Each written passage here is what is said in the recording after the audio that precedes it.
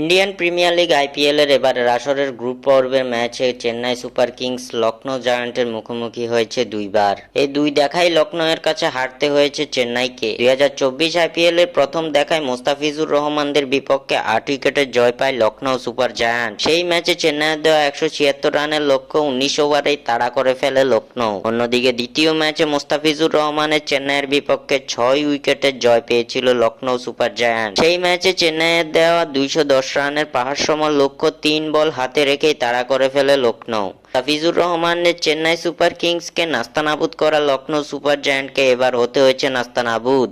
চরম লজ্জার মুখে পড়তে হয়েছে লোকেশ রাহুলের দলকে। হায়দ্রাবাদের বিপক্ষে 10 উইকেটের লজ্জার হার বরণ করতে হয়েছে লখনৌ সুপার জায়ান্টকে। এদিন শুরুতে ব্যাটিং করে নির্ধারিত 20 ওভারে 4 উইকেট হারিয়ে 165 রান সংগ্রহ করে লখনৌ সুপার জায়ান্ট। জবাবে এই রান সানরাইজার্স হায়দ্রাবাদ তাড়া করে মাত্র 9.4 ওভারে। হায়দ্রাবাদের দুই ওপেনার অভিষেক শর্মা ও ট্রাভিস হেডের বিধ্বংসী ইনিংসে কোনো উইকেট না হারিয়ে মাত্র 9.4 ওভারে এই রান তাড়া করে লখনৌকে তাক লাগিয়ে দেয় সানরাইজার্স হায়দ্রাবাদ। এদিন ব্যাট হাতে 28 বলে 8-4 6 ছক্কায় 75 রানের বিধ্বংসী ইনিংস খেলেন অভিষেক শর্মা। অন্যদিকে 30 বলে 8-4 8 ছক্কায় 89 রানের দানবীয় ইনিংস খেলে ট্রাভিস হেড।